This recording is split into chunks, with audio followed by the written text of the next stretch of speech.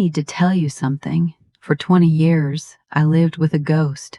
A man who kissed me goodnight and then drove 10 miles down the road to kiss someone else. A man who had breakfast with our children on Saturday mornings and Sunday lunch with children I didn't know existed. My name is Margaret, and the man I trusted with my entire life was living two of them. This isn't a story about infidelity. This is a story about something far more calculated, far more impossible. This is about a man who built two complete families, two separate lives, two parallel universes, all in the same town for over 2 decades, and nobody knew. Not his children, not his friends, not even me. Until a 12-pound tuna kit shattered everything. Spring 1978. A bakery in Coventry. The smell of fresh bread. A Tuesday morning like any other. He walked in, smiled, ordered a bloomer loaf and a custard slice, turned at the door. "I don't suppose you'd give me your number too?" Gerald, charming, that's what everyone said. Charming. We married 2 years later. Small ceremony. His vows were beautiful. I promised to love you, to be faithful, to build a life with you. He meant every word. He just didn't mention he'd say them again to someone else 9 years later. By 1983, we had 2 children, David, Susan, a semi-detached house in Binley. Gerald worked in sales, traveled during the week, home on weekends. It was normal. Perfect even. That's what makes this so terrifying, because there were no signs. Or were there? Here's what I want you to understand. When you trust someone completely, your brain protects you. It explains away the unexplainable. His phone, always on silent. Work calls, overnight trips that stretched longer each year. Big account in Birmingham, end of quarter push. A receipt found in his coat pocket. Garden center, hanging basket, compost. We didn't have hanging baskets because the alternative, that the man I built my entire life with was capable of something monstrous, was unthinkable. So I didn't think it. I just didn't.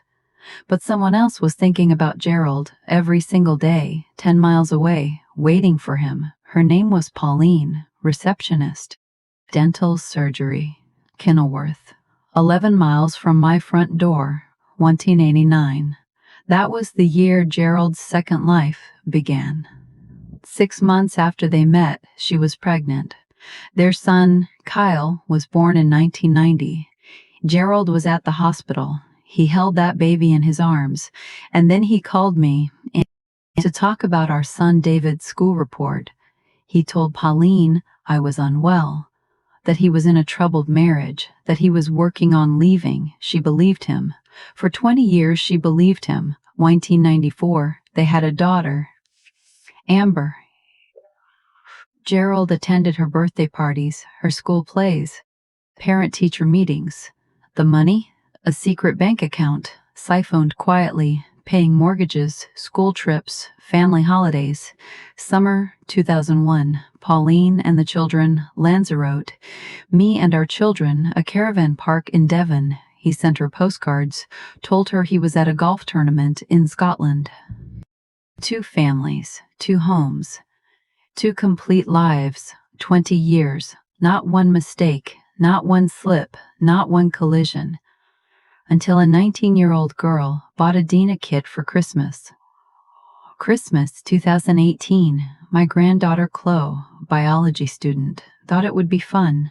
We might find out we're part Viking man, 3 dying kits. Her dad, me. I did mine in January, spit in a tube, sent it off, forgot about it. February, results arrived. I was browsing, relatives, ancestry percentages, all very boring, and then close family match, parent, child.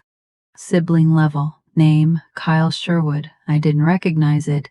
His profile showed almost nothing. Age, location in Warwickshire, 1 photograph. I stared at that photograph for a very long time. Dark hair and eyes. Gerald's eyes. I sat at my kitchen table, alone. The heating clicked on. The fridge hummed. Everything was exactly the same, and nothing would ever be the same again. 3 days later, I sent him a message. Hello? My name is Margaret. It seems we may be related. He replied within the hour. We spoke the next evening. Gerald was out, the pub, a colleague, so he said. Kyle's voice was quiet. Careful, he told me his mother's name. Pauline, he told me his father's name, Gerald Arthur Sherwood, the same middle name as our David. Gerald had given his middle name to both his sons. Kyle told me everything. His father visited every week. He and Amber called him Dad. Their mum spent her whole life waiting for a promise that never came. I did the maths. 1 times 90. The year Gerald was so busy with work. 1 times 94. The year he traveled more than ever. 2001.